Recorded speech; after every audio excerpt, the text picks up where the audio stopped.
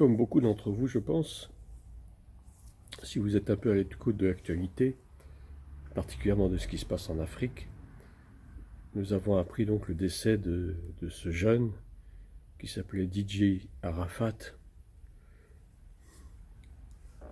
C'est triste, c'est dommage de finir sa vie de cette façon-là. C'est dommage de rechercher la gloire des hommes pendant toute sa vie, l'approbation des hommes, et de ne pas être approuvé par Dieu. Est-ce que Dieu peut accepter qu'un homme, jeune de surcroît, puisse mourir de cette façon si stupide, dans un accident de moto? Est-ce que ça, c'est un destin normal pour quelqu'un qui se dirait chrétien ou qui croirait en Dieu? Je pense que c'est le moment de nous poser beaucoup de questions au regard de c'est un fait divers, bien entendu, c'est plus qu'un fait divers, surtout pour sa famille, c'est une catastrophe, c'est d'une grande tristesse. Je pense à nos enfants, je pense à nos petits-enfants. Quel avenir leur réservons-nous en tant que parents, en tant que grands-parents? Est-ce que nous voulons que nos enfants aussi finissent de cette façon aussi lamentable, aussi tragique?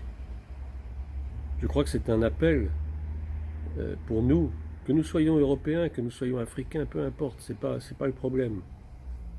Nos origines ne comptent pas. Ce qui compte, c'est qu'est-ce que nous voulons pour nos enfants, qu'est-ce que nous voulons pour leur avenir.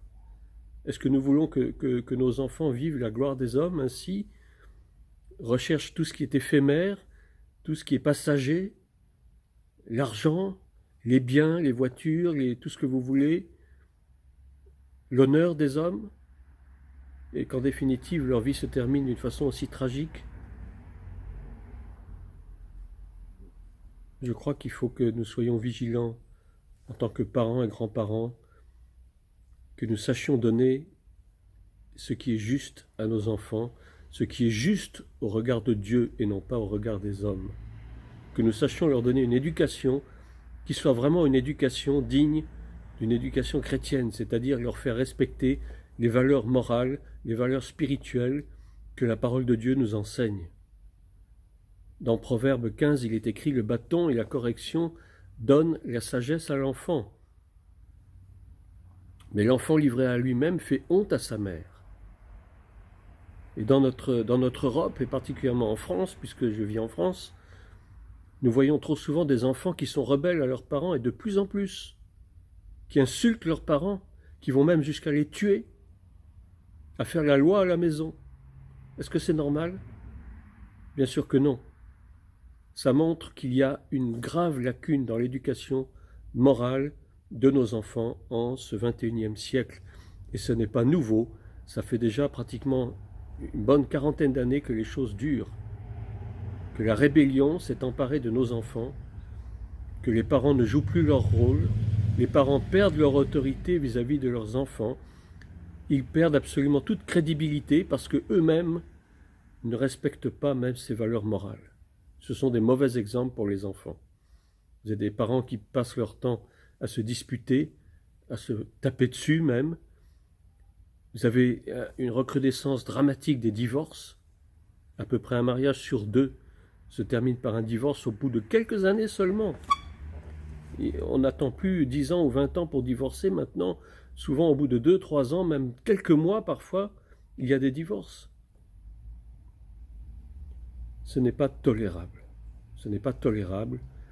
Et l'exemple triste et lamentable de ce jeune fauché en pleine gloire, de cette façon aussi, je dirais, stupide, doit nous faire réfléchir et nous faire prendre conscience qu'il faut plus que jamais être vigilant avec nos enfants, ne pas tolérer le moindre écart, ne pas tolérer le moindre relâchement dans les mœurs, surveiller les fréquentations de nos enfants, faire attention qu'ils ne se droguent pas, qu'ils ne regardent pas n'importe quoi à la télévision, qu'ils cessent de s'abonner à des revues qui ne sont pas bonnes pour eux, et surtout les fréquentations, que ce soit en milieu scolaire, au milieu universitaire, parce que tout cela déteindra sur eux dans leur avenir.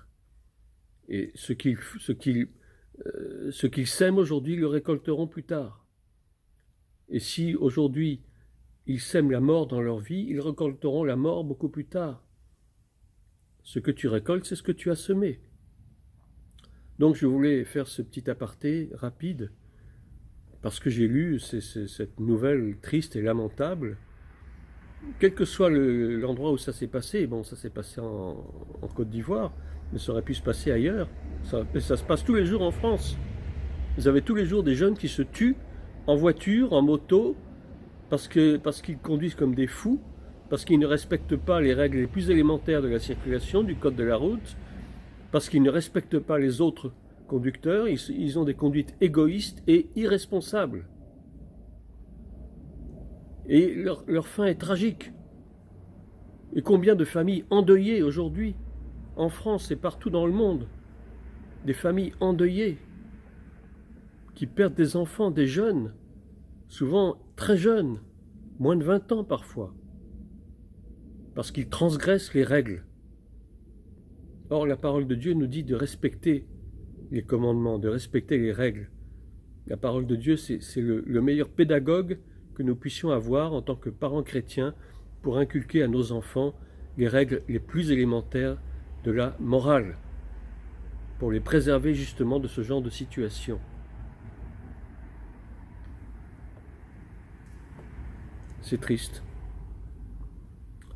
Et tout ce que je veux dire à travers cette vidéo, c'est que nous devons être de plus en plus vigilants et nous sentir plus responsables de nos enfants, de nos jeunes, les encadrer davantage. Je suis enseignant moi-même et je suis amené à encadrer des jeunes.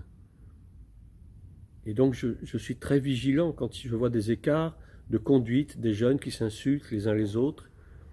Je fais tout pour leur montrer que ce qu'ils font n'est pas bien, que ce qu'ils font aujourd'hui aura un impact demain dans leur vie future, dans leur vie d'adulte. Et il faut prendre des mesures dès maintenant pour éviter le pire. Voilà, c'était un petit coup de gueule entre guillemets et surtout pour déplorer cet accident stupide, aussi stupide que tragique. Ne recherchons pas la gloire des hommes. Ne recherchons pas la gloire des hommes, parce que la gloire des hommes n'est que vanité. Recherchons ce qui plaît à Dieu. Recherchons ce qui est bon, agréable et parfait. La gloire des hommes est éphémère, elle ne sert à rien, elle ne dure qu'un temps. Et ce n'est pas elle qui nous sauvera. Soyez bénis.